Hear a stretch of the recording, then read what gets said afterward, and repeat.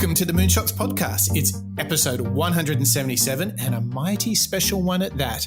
I'm your co-host, Mike Parsons, and as always, I'm joined by the man from the future himself, Mr. Mark Pearson-Freeland. Good morning, Mark. Good morning, Mike, or maybe it's good afternoon or good evening. I'm not sure because I'm coming in from the future, and that future is full of products made by and incorporated by the man of our focus today, isn't it?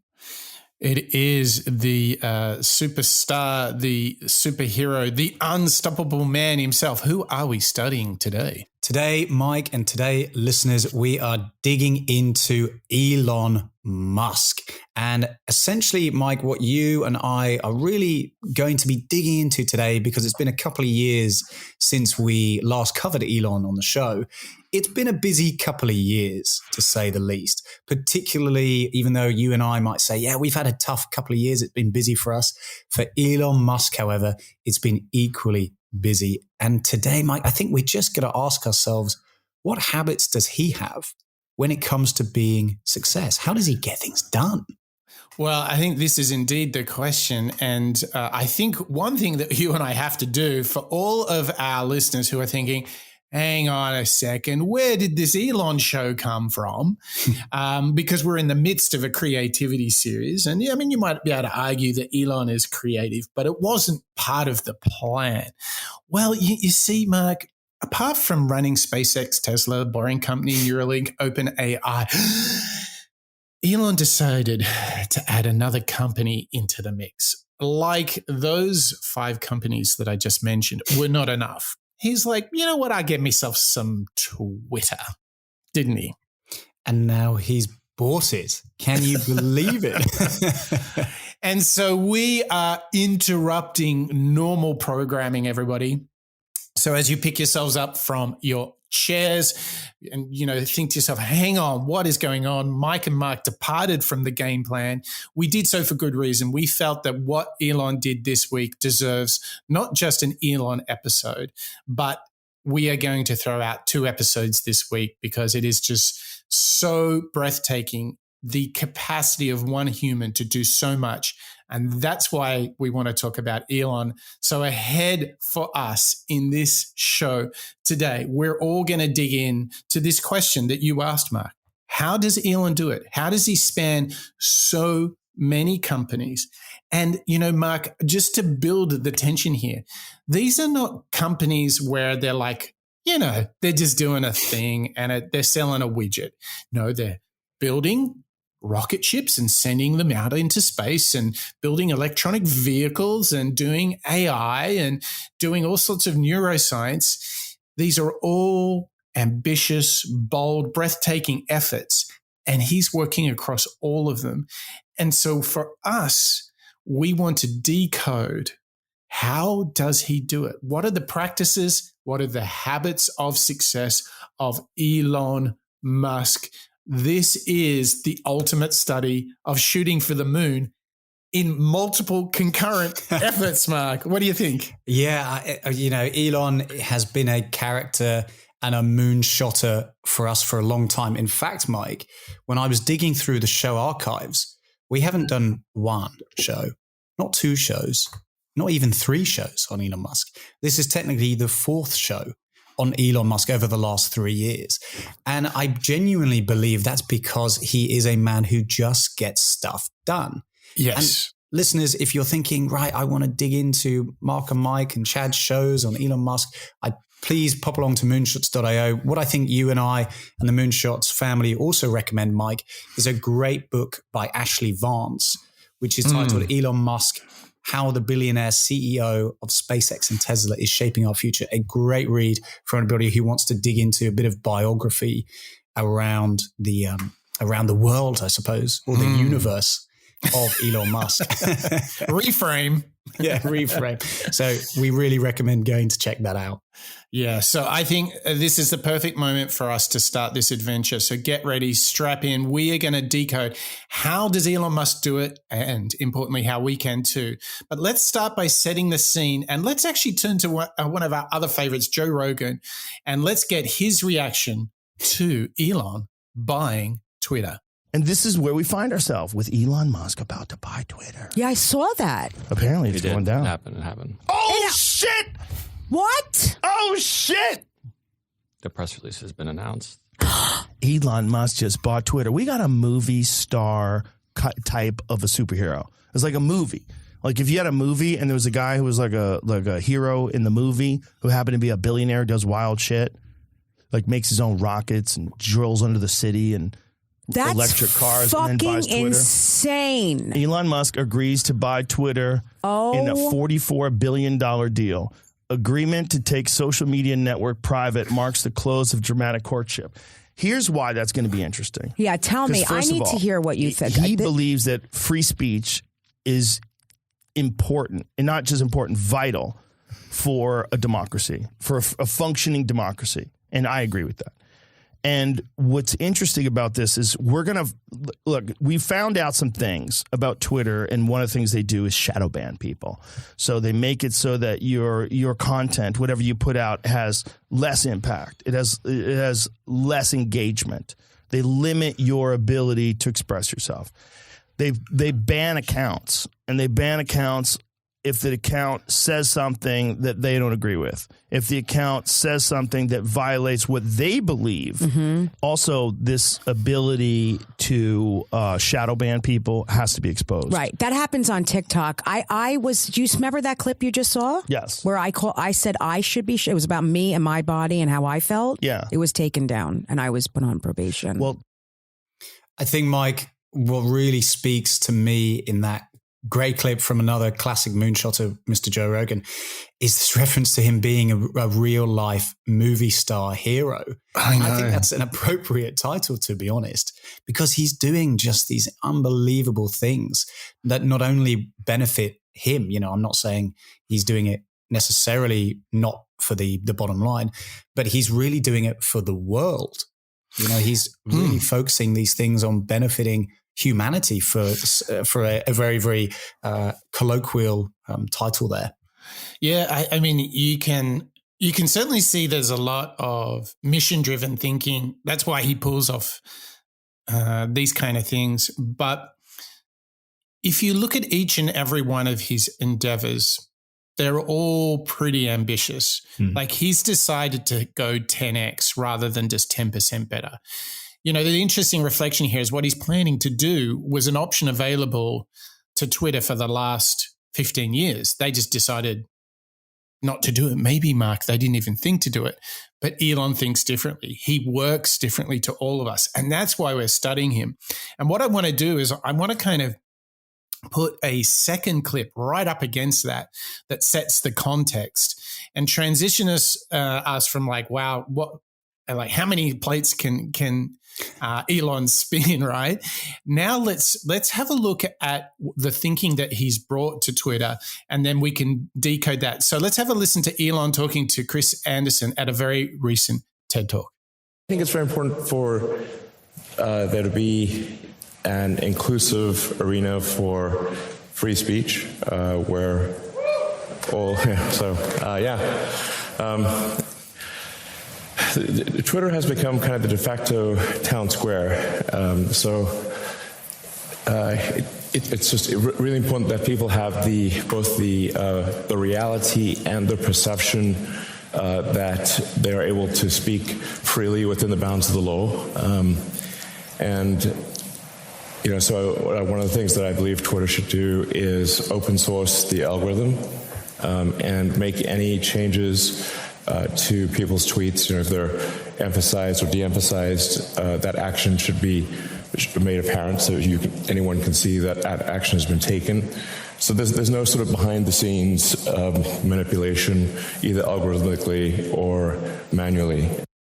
No behind-the-scenes manipulation. For me, right. Mike, again, this is talking to this idea of Elon creating products or releasing products or updating products in this case that are of interest and value intrinsically to people around the world. You know, some of us might look at Twitter as just another social media platform, but like Elon Musk has said there, it is a virtual town square where everybody has a voice. And that is something to protect. And when you have, behind the scenes algorithms or manipulations going on, then you can see why people get so frustrated.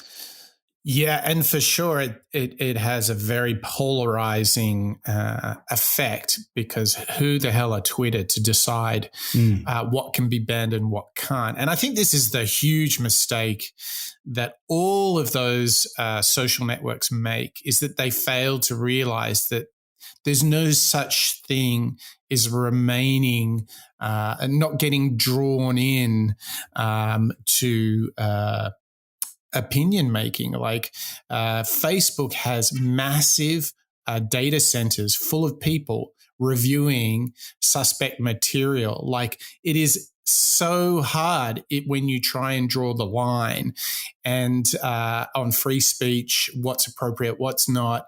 And what you can see here is Elon saying, like, open it up. When we are manipulating it, at least make it open. When we have an algorithm, show how it works. And, what's fascinating is this is opposite of how Mark Zuckerberg thinks.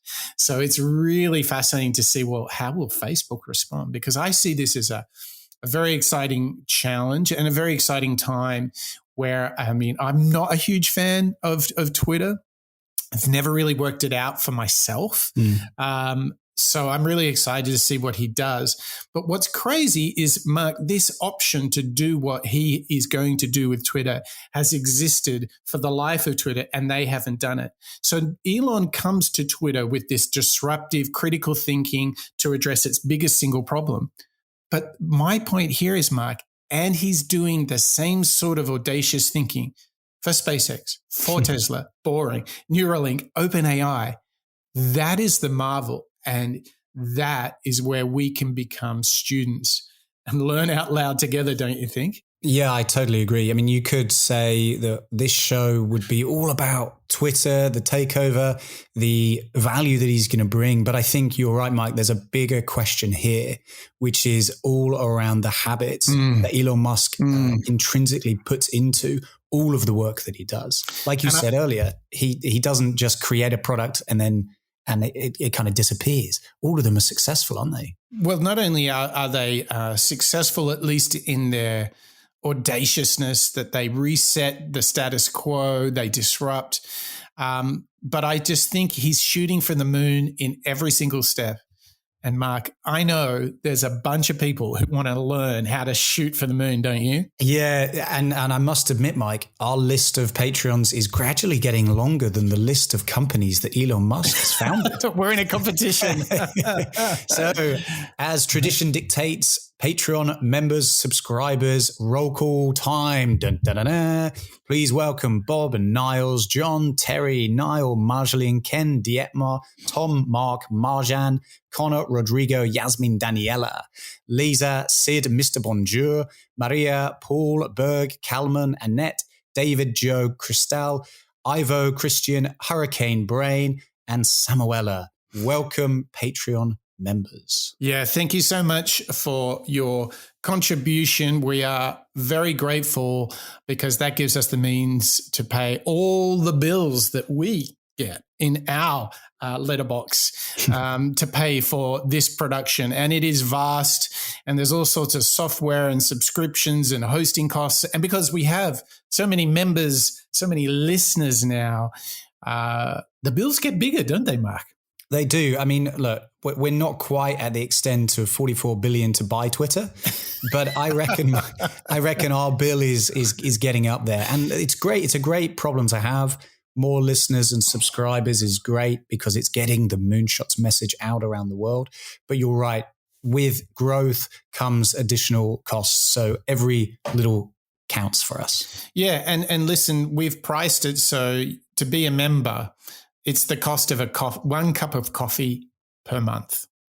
And we really encourage you to get in there. Like, to be very honest, we have over 50,000 listeners a month and we have 30 members. That's right, Mike. I mean, now we've heard about Elon Musk. We've heard from Joe Rogan, all about Twitter and the recent acquisitions and purchases of that product. Let's now really get into the meat of today's episode. And that's all about the habits of Elon Musk's success. And for us, what is a real standout in his behavior as well as his attitude is his ability to just make things happen. So this first clip that we're going to listen to from Elon Musk took place at South by Southwest a couple of years ago. And it's talking about his, inverted commas, boring approach, although I don't think there's anything boring about Elon Musk, but his boring approach to creating tunnels. And really the fundamental lesson here that we're going to hear from Elon Musk is all about being a doer. I remember when you first told me that you were thinking about tunnels. When did I first tell you about that? Years ago. Okay, it's like a long time ago. Yeah, like I thought you were joking. Yeah, it was. I was joking, but it's not because of some epiphany that I had one day driving down the 405. That's how it gets translated somehow. I was talking about tunnels for years and years, for probably 5 years or 4 years at least. Whenever I'd give a talk and people would ask me about what opportunities do you see in the world, I'd say tunnels. Can someone please build tunnels? So after 4 or 5 years of begging people to build tunnels and still no tunnels, I was like, okay, I want to build a tunnel. So like maybe I'm missing something here. So I was like basically talking people's ears off for tunnels for several years, and then said, well, let's find out what it takes to build a tunnel. And so I started digging a tunnel. I wanted to start the tunnel from where I could see it from my office at SpaceX. So I said, well, let's just carve off a part of the parking lot across the road so I can see if anything's happening or not. And then we named our first boring machine Godot, because I kept waiting for it. It never came. Finally it did. And we got it going. And now we're making good progress. Mark, for me, this is the foundational clip for this show to understand where Elon comes from. Yes, he has this amazing capacity to, have big visions, to do critical thinking. But where he roots his practice in, the foundational thing that he does is a bias towards action. He never falls victim to wishful thinking. He is never falling victim to, we've got a nice PowerPoint deck. He is like, okay, let's do a prototype. Let's test. What would it take? Let's just do a small one and see if we can do it. What can we learn? And more importantly, he shares this thing with Sir Richard Branson, which is when he sees the world, he sees problems that might be worth solving. And what I loved about that clip is he's literally saying, I was stuck in bad LA traffic for so long and nobody else fixed it, so I did. This is Elon. He saw a problem, questioned the status quo. Yeah. Why do we all put up with this level of traffic? Yeah. And therefore, why hasn't anybody else figured this out? Yeah. Or why has nobody tried to challenge this status quo and come up with a solution for this problem?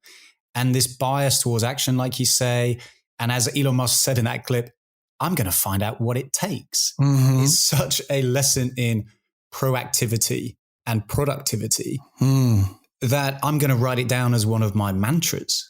Let's just find out what it takes, because it's applicable for Elon Musk when he wants to dig beneath LA. It's also applicable for us when we're considering a new show on the Moonshots Podcast, for when we're at work, when we're figuring out something physically like a run or a swim. If something feels difficult, instead of turning away or instead of saying, oh no, it's going to be impossible to dig these tunnels, let's just find out what it takes. Totally agree. And I think if we break down this habit of a bias towards action, he doesn't pontificate for too long. He gets down and like, well, let's test something. Let's build something. I think if we break this down a bit more, the reason why this is such an important habit to outline is that let's look at the inverse of this, is that so many times we fall victim to thinking about something, but never actually doing it. It must be, in fact, when we did our show on Daniel Pink, The Power of Regret, one of the key takeaways that he did this enormous survey and study. Yeah. And the majority of people, when they get a little bit older, they think back and they don't regret the stuff that they did do. It's the stuff that they didn't do. Right. And I think that Elon Musk is a wonderful example of never stepping back from a problem and thinking, yeah, it's not for me. I'm not going to give it a go. And let's fast forward 10 years into the future. He might then look back if he hadn't have done anything and thought, I'm now stuck back in LA traffic again. I wish I actually started thinking about how to dig these tunnels and create these boring products. Because fundamentally, even though he might not get the result within a day or a week or maybe even 1 year, but the compound interest of, let's say, 10 years has that huge impact, doesn't it? It does. And I think that one of the themes that we're fighting against as human beings is self-doubt. And I would propose to you, Mark, that our self-doubt prevents us from being a doer.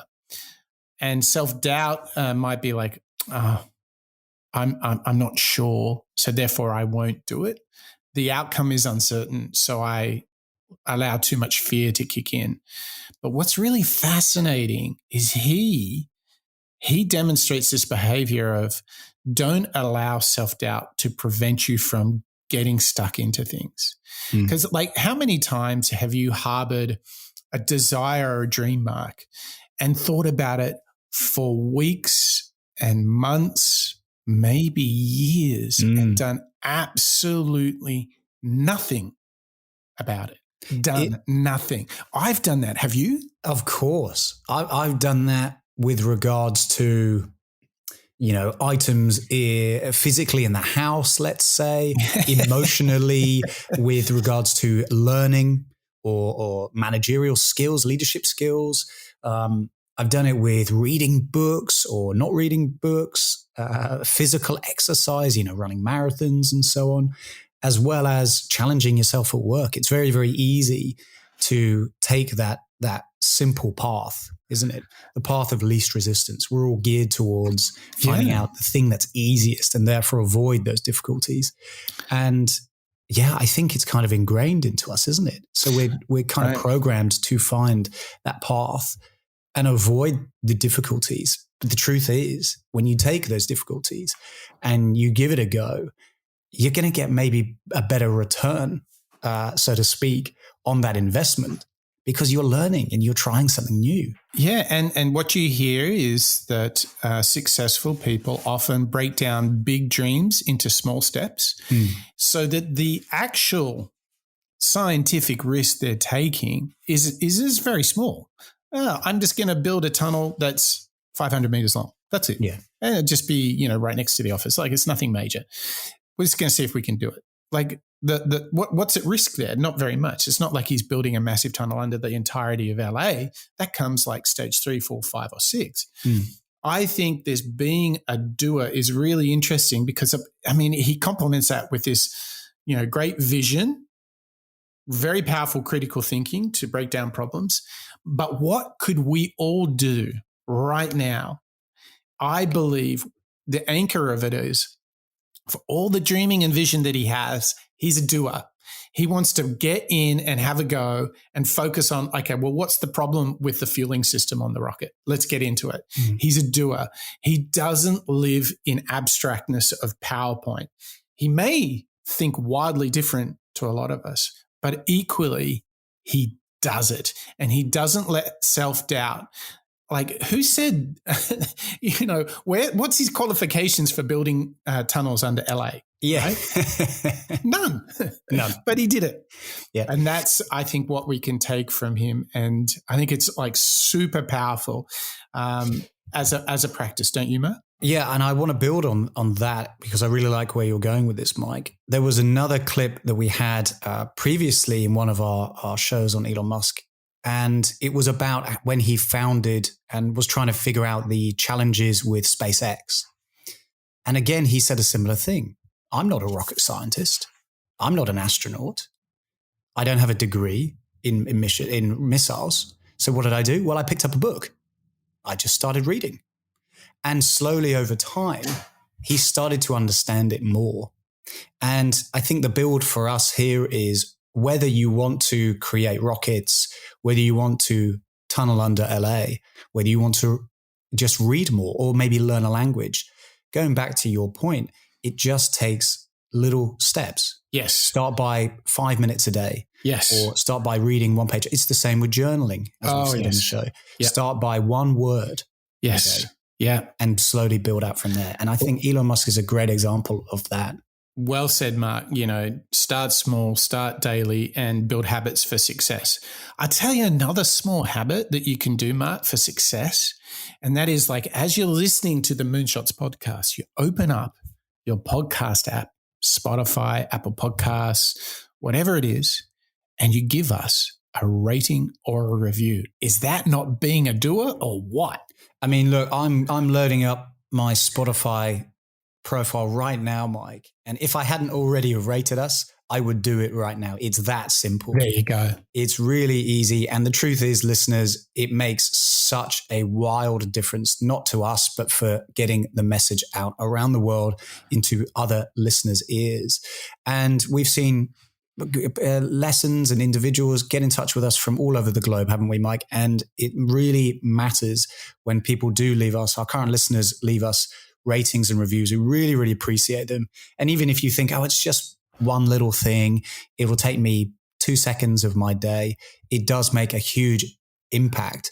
And much like we were saying about Elon Musk with being a doer, if you're a doer and you can give us that rating and review, it just means that all of us benefit in the long run.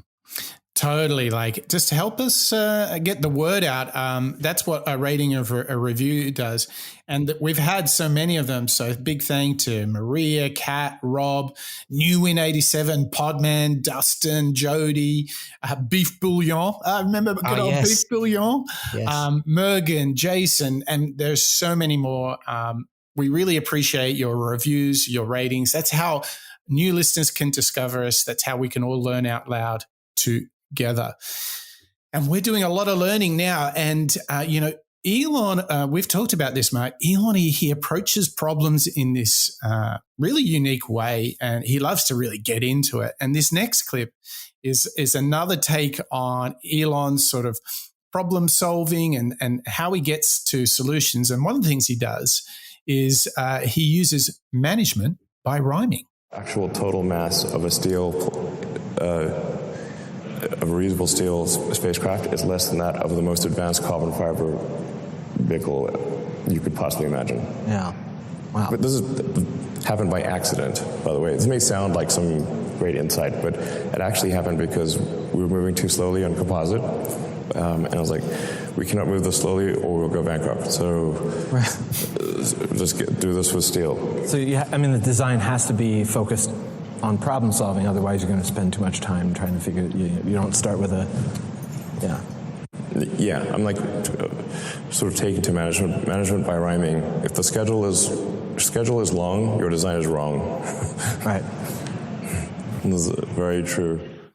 I mean, it is so true, isn't it, Mike? And it's funny that it is relevant across all of the different industries as well. If you are repeating the same conversations again and again on Zoom, if you are not making any progress with marketing or a product release or product testing, then you have to almost have a pause and think, okay, well, how else could we do this? Let's rethink how we're doing things. And again, it's speaking to that status quo disruptor rather than allowing the process of a business to just keep on existing as it always has. Well, let's shake it up. And again, he just seems to have this bias towards action to think, okay, well, if that metal is incorrect, let's try another one. Let's just give it another go. Yeah. And what I took from that is he's just like literally like got this thing. It's taking too long. This is a bad signal.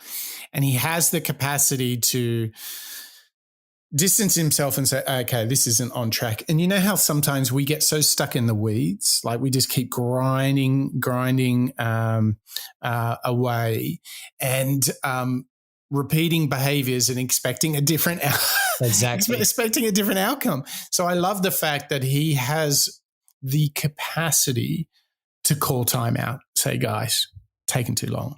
Yeah. That it doesn't feel right. Like there's got to be something going on here. And through that, they actually made quite a breakthrough and actually solved the problem.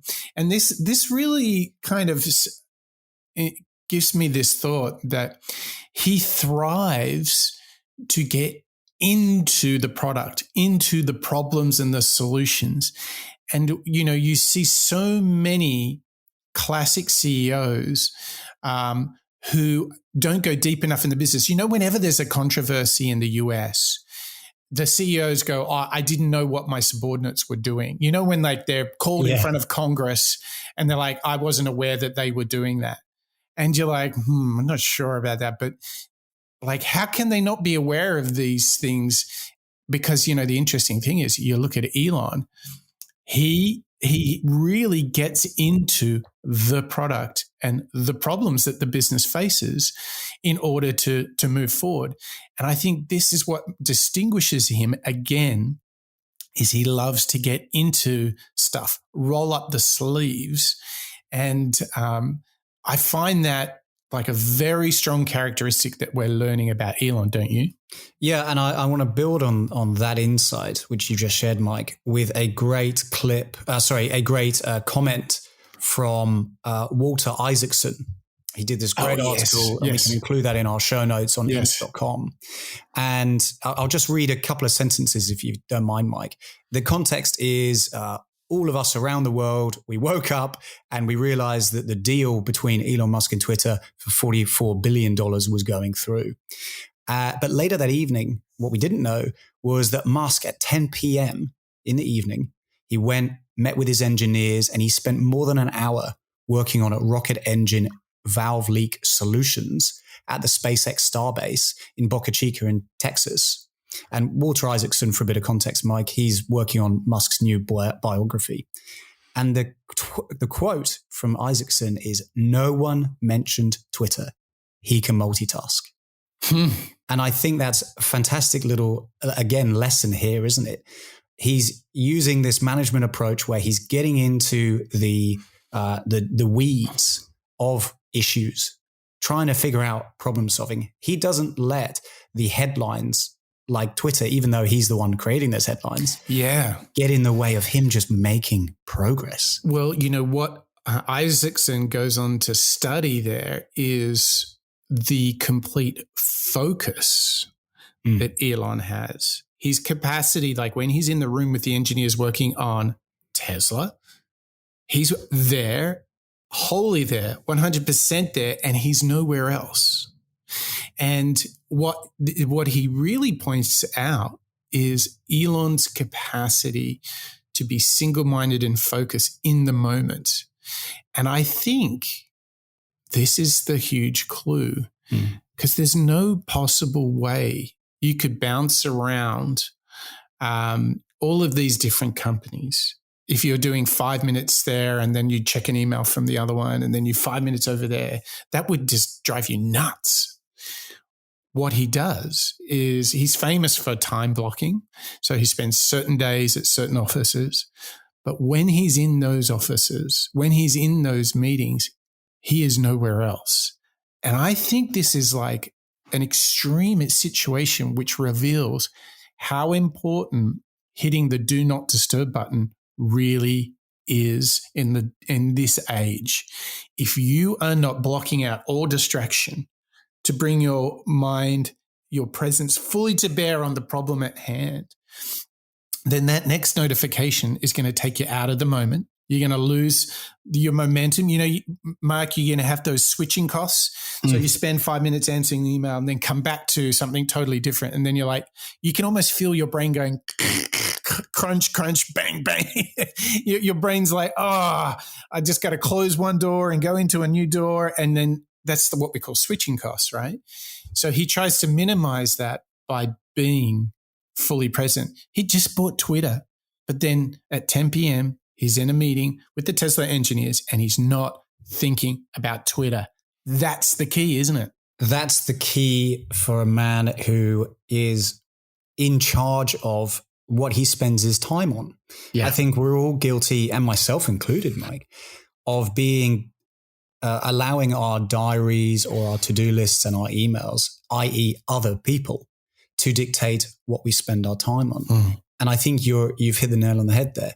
Elon Musk is a man who's really determined and figured out the best way for himself to be efficient, for himself to be productive. He knows that he needs to give it all of his attention. So therefore he creates environments where he can do that. And I think it's a disillusion for me to claim that I am my best working version of myself when I'm sitting in a meeting, virtual or real life, and I'm thinking about something else. I'm doing a disservice to the colleagues that I'm in the room with. So true. So true. So Elon Musk, yes, he knows in the back of his mind that he's just bought Twitter. Everybody else in the room, all the SpaceX engineers, they know it as well. But it doesn't mean that he can't give full attention to that problem. Mark, they didn't even talk about it. It was not even mentioned. He just bought $40+ billion company with his own money, and no one mentioned it at all. Fantastic. Imagine if you'd just gone for a good run. You would have been talking about that for minutes. We talk about journaling and running all the time, as the listeners know.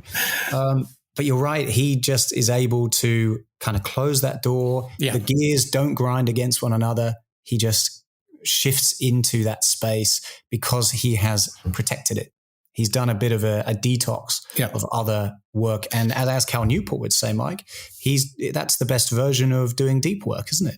It certainly is. And when you create the time and space, you can attack the problem. And this theme of going after the problem, working on the product, is exactly how he thinks about the people he wants to work with and how he builds a great team. You need a team around you to deliver a lot of idea. How do you choose your team?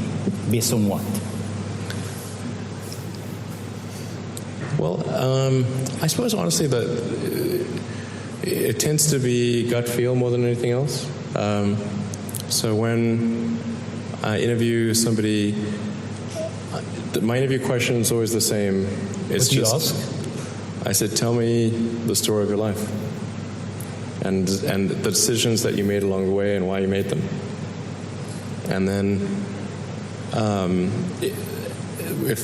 and also tell me about some of the most difficult problems you worked on and how you solved them. And that question, I think, is very important because the people that really solve the problem, they know exactly how they solved it. They know the little details. And the people that pretended to solve the problem, they can maybe go one level and then they get stuck. I love that honesty there. Yeah. Because there's been, again, probably times for me where I've blagged the way. I've blagged. Haven't we all? Maybe it's a conversation with a partner, like a business partner or a colleague or a client or an interview, whatever it might be. And he's calling out there. And again, this is a great lesson in honesty and authenticity as well as it is for productivity and collaboration. If you really know the details, you can go that level deeper than anyone else. If you've been on that problem-solving team, like Elon Musk does with SpaceX and all of his other companies, if he's there solving the problem, he can therefore go a bit deeper because he knows the details. He knows what works and what doesn't work. And I think more often than not, perhaps, there's a lot of us where we hear the problem, we might provide a solution, and then we'll kind of let somebody else do it. Well, you know what, I'm going to jump in here and say, attacking the problem, this is a huge theme in the Moonshot model. We see this everywhere. Like Jocko Willink is like, yes, problems. Good. Let's get into it. This is where real men are made. This is where great progress is made on a product. And I think that we can fall victim to the risk of trying to solve the problem, or I didn't create it, so why should I fix it? Or I could really embarrass myself if I try and fix it. I could be in a really vulnerable spot here. What Elon is saying, his true measure of people is, what did you contribute to solving the problem, right? And that's the test. And don't give me like first level blah, blah. Let's go deep. Tell me about it.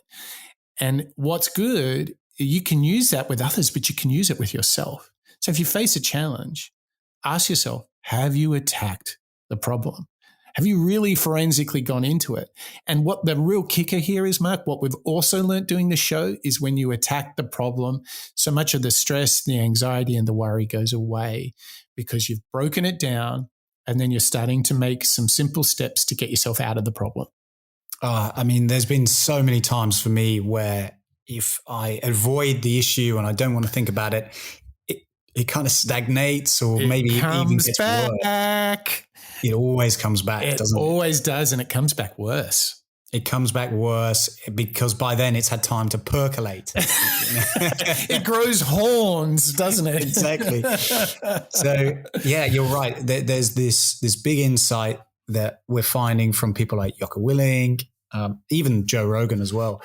Unless you go out and address those potential challenges, problems when they arise. You go out, you really understand them. Maybe even, Mike, you go and listen to the Moonshots Master Series, episode 9 on second order thinking. Oh, yeah. And you use some frameworks to really dig into the problem as well as the impact of your decisions, the solutions. Then you're always going to be a little bit, let's say, half-baked. Yeah. And you're not going to know those details. I'd tell you another one you can go to is Eric Ries. Go to our show on Eric Ries, author of Lean Startup. Lean Startup is all about framing a hypothesis for solving a problem. And so if you're really keen to build a product or a company and you want to have like a really strategic practice, a habit that you can build, go and check out Lean Startup by Eric Ries. We've got a great episode studying that. That is the best practice where you're always framing problem solution. It's a sort of a scientific yes, no way to move forward in your business. It's fantastic. That's Lean Startup by Eric Ries. But it wouldn't be Moonshots, Mark. It would not be Moonshots if one of the biggest themes, like I think growth mindset is a big theme, equally big in our 177 shows is resilience. I can't tell you, Mark, how much I've benefited from seeing 177 times invariably someone's success has come down to embracing the discomfort, willing to burn the bridges to put it all in to get the job done. And I don't think Elon is any different. No, I think you're right. I mean, all the way from William H. McRaven with Make Your Bed, with Ron Holiday and our series on Stoicism, Angela Duckworth with Grit, and as you say, Carol Dweck on Mindset and Growth Mindset. I think this idea of resilience exists throughout a lot of these. And who better to close out our show with a great outro is Elon Musk himself, again, speaking about Tesla and how close it was to death and how he had to be willing to make sacrifices. I mean, Tesla really faced a severe threat of death due to the Model 3 production ramp. Essentially, the company was bleeding money like crazy, and just if we didn't solve these problems in a very short period of time, we would die. And it was extremely difficult to solve them. How close to death did you come? Within single-digit weeks. 22 hours a day, or like what? How many hours? I was working, 7 days a week, sleeping in the factory. I worked everywhere I worked in the paint shop, general assembly, body shop. Do you ever worry about yourself imploding? Like it's just too much? Absolutely. No one should put this many hours into work. This is not good. And people should not work this hard. They should not do this. This is very painful. Painful in what sense? it hurts my brain and my heart. So this is not recommended for anyone. I just did it because if I didn't do it, then Tesla, good chance Tesla would die. Not good, hard, suffering. I think, Mark, it is so important to talk about Elon's success in light of the cost that he has paid. For this massive success is a massive investment, risk, hard work. I think he's got a bunch of kids he's had a number of different wives, trying to keep up his personal life must be just extremely challenging. But you hear it in his voice there, Mark. He's not saying, oh, yeah, that was pretty hard. Mark, he's saying it was so hard. I was on the edge. He had put himself in mind, in body, in spirit. He was spent. He was done. And, we've talked about this famous story of him writing a check where he cleared his entire personal wealth to back Tesla for the Model 3. When everything looked dark, he doubled down and he stuck to his guns. He was Goggins-esque. He did go all in. And as you can hear in that clip where he's saying it hurt my brain. You hear it in his voice, right? He's so fragile. He was that close just to falling apart. He was probably that close to just saying, you know what, it's not worth it. But I think the big lesson that we can take from that clip is behind his success, like you say, Mike, is this unbelievable amount of hard work and resilience. He is an entrepreneur who goes all in. He'll be on, as he says, in the paint shop, on the assembly line. He'll be doing and getting involved with the team and the angles of work that are not necessarily the things that he's either A, trained in, or B, paid for. He's going out to try and figure out, as part of a team, what the best solution is. He's willing to put that shoulder to the grindstone and get it going. And I think you can hear that passion as well as the fatigue coming out of him in that clip. And it just goes to show how much blood, sweat, and literal tears can go into a success. There's no overnight success. He didn't wake up, create Tesla, and now we can see one driving on most streets where we are. Instead, it's the product of so much hard work, obviously from other people as well. It won't just be Musk, but Musk is the man who's the face and the figurehead. And you can hear from him, he's not standing back in the sidelines. He's in the arena. Oh, yeah. And the stories of him sleeping in the office and stuff like that. Or if you go back into the early days, his first company, they only had one computer. So during the day, the computer would host the website, but then they would pull their website down so that he could write code in the evening. Yeah, that's right.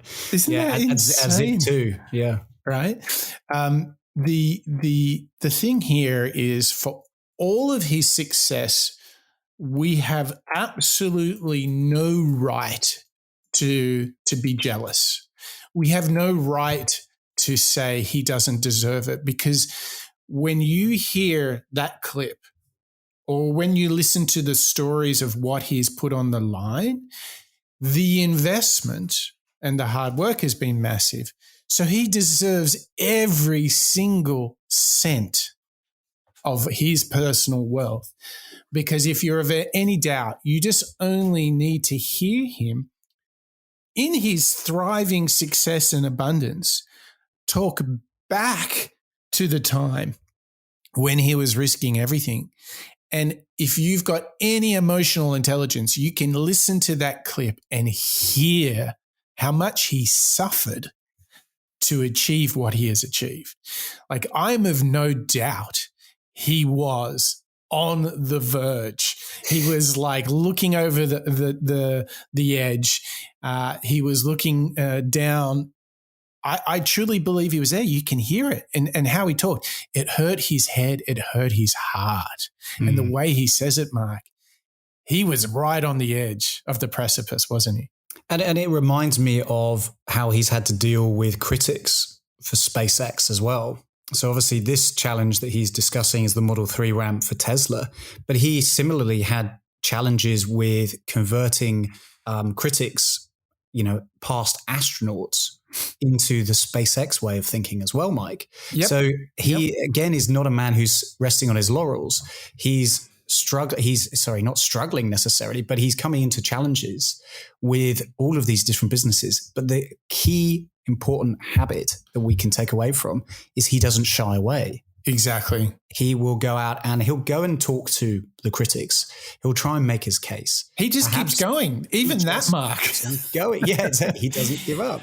So I think like the question becomes like, how do we use that? And I think we can talk about be willing to make sacrifice. No, it's going to be hard. But what I would build on that with is to prime yourself like Yucko Willing. Problems, good. Good. Not bad, not terrible, not worry, but good. Like Jeff Bezos says, if you're not upsetting people, then you're not working on something that's bold and ambitious, right? If you're prepared to be comfortable with things being uncomfortable, that was what Joe Rogan said.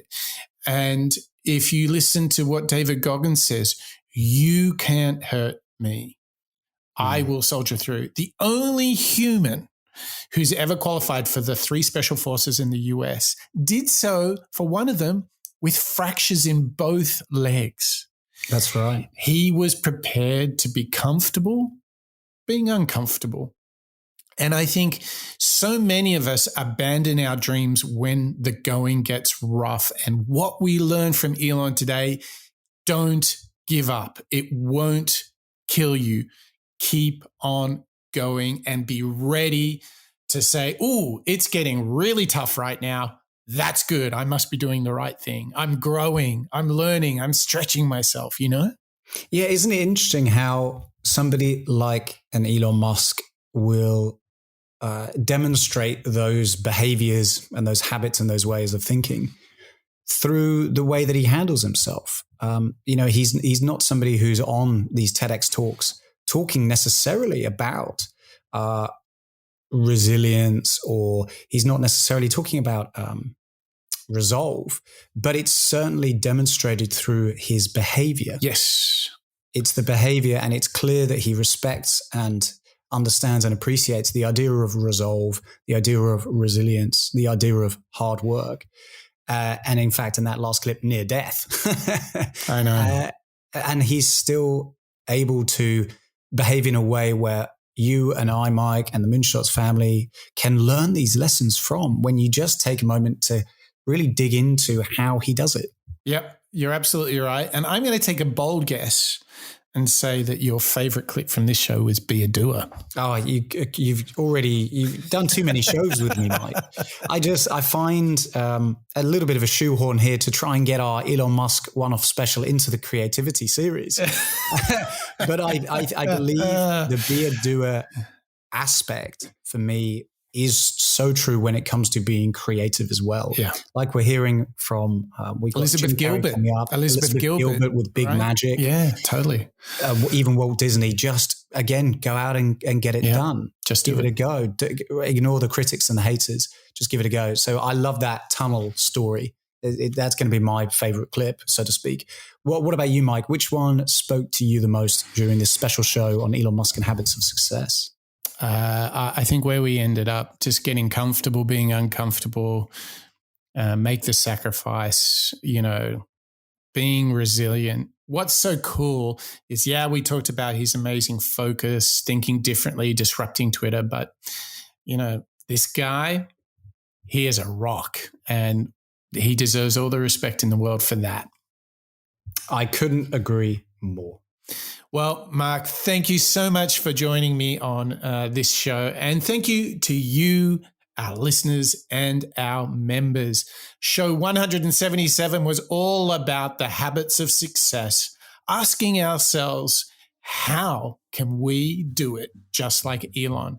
And like Joe Rogan said, he's kind of superhero, working across so many different companies. And yet he adds another one, as he shared with Chris Anderson, he's going to open up that little baby called Twitter. It is going to be an open algorithm. It's going to be far more open in the town square. So how does he do these amazing things? How does he keep disrupting? And how is he so prolific? Well, we had 4 rules. Be a doer, break down those problems, have a great team, who, by the way, love solving problems. And more than anything, this is so Moonshots. Be willing to make sacrifices. Be resilient. That's it. If we do those things, we can learn out loud together. We can share. We can help each other to become the best version of ourselves. And that is what we are 101% all about here on the Moonshots Podcast. That's a wrap.